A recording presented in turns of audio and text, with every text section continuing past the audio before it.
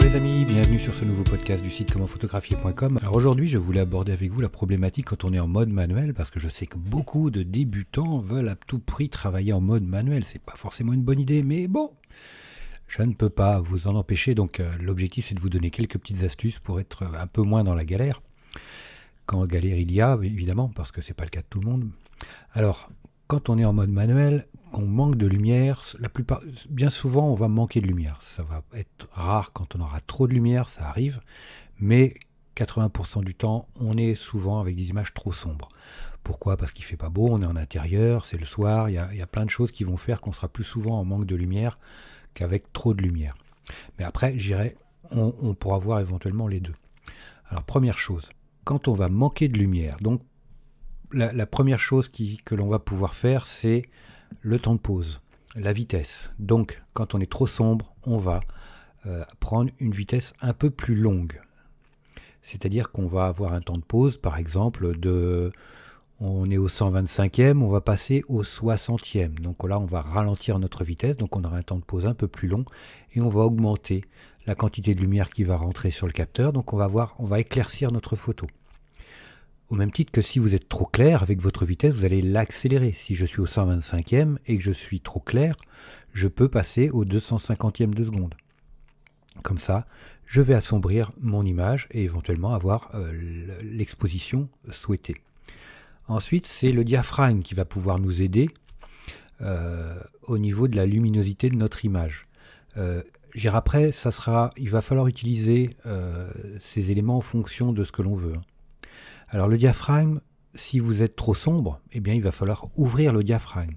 Par exemple, de passer de F11, F8 par exemple. J'ouvre mon diaphragme, je vais passer de F11 à F8. Comme ça, en l'ouvrant, je vais augmenter la quantité de lumière qui rentre sur mon capteur et je vais éclaircir mon image. A l'inverse, si je suis trop clair, je vais fermer mon diaphragme. De F11, je vais pouvoir passer à F16 par exemple.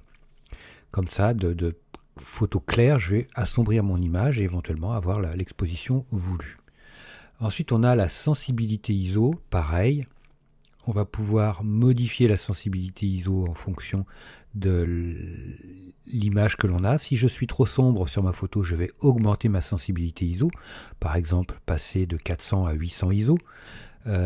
Et puis si je suis trop clair sur ma photo, si je veux influer sur l'image, l'exposition de l'image avec ma sensibilité ISO, par exemple, je suis trop clair, de 400, je vais passer à 200.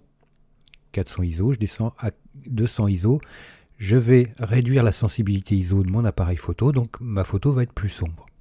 Ensuite, en dernier recours, il va me rester, si je suis avec mes réglages sensibilité ISO, diaphragme, vitesse, si je suis pile poil à ce que je veux et que je ne veux pas en bouger, éventuellement il vous reste la solution du flash. Pour éclaircir une image sombre, évidemment le flash ne vous aidera pas à assombrir l'image, malheureusement, mais pourra vous aider à éclaircir une image qui est un peu sombre.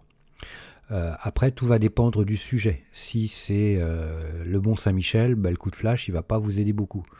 Mais si vous avez un sujet qui est dans une maison, à l'intérieur d'une pièce, quelque chose d'éclairable, avec un flash Cobra par exemple, le flash pourra vous aider. Quand c'est une scène de famille autour d'une table, il n'y a aucun souci, le flash pourra vous aider. En le faisant taper au plafond par exemple, si le plafond est blanc, ou contre un mur en indirect, si ce mur est blanc et neutre d'un point de vue couleur, il n'y a pas de souci. Donc voilà. Après, j'irai tous ces réglages, vitesse, diaphragme, sensibilité, vous agirez dessus en fonction de vos souhaits. Si vous avez une photo où vous avez besoin de profondeur de champ, vous ne toucherez pas au diaphragme, parce que votre diaphragme, vous l'avez défini en amont. Vous savez que votre diaphragme, par exemple à F11, est juste ce qu'il faut pour votre profondeur de champ. Vous n'allez pas pouvoir l'ouvrir pour augmenter la quantité de lumière.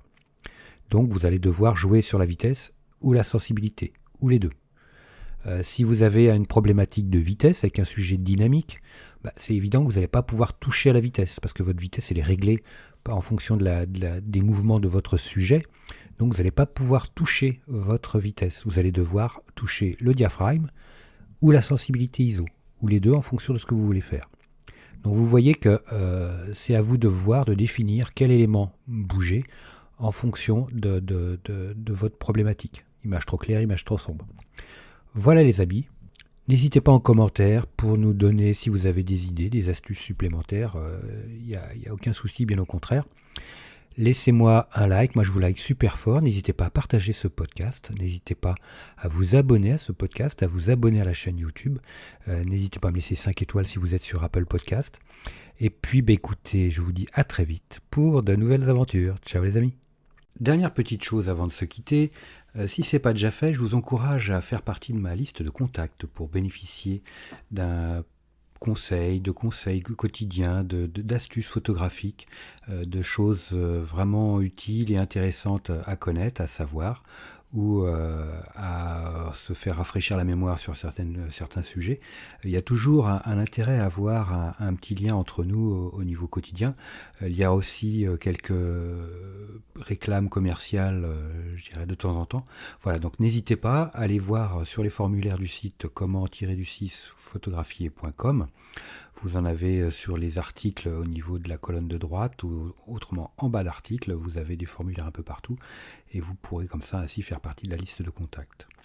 Autre chose également, actuellement, il y a 50% de réduction sur toutes les formations du site commentphotographier.com. Donc vous allez sur le site commentphotographier.com et vous allez sur la page formation, tout simplement. Ou alors comment-photographier.com/formation photo. Mais allez sur le site, ça sera beaucoup plus simple.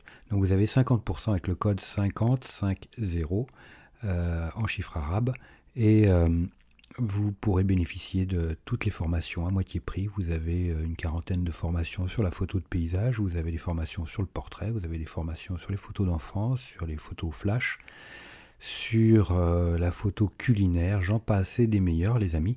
Donc ne vous privez pas, c'est actuellement avec le code promo 50 50%. Voilà les amis, je vous dis à très vite pour de nouveaux podcasts. Ciao.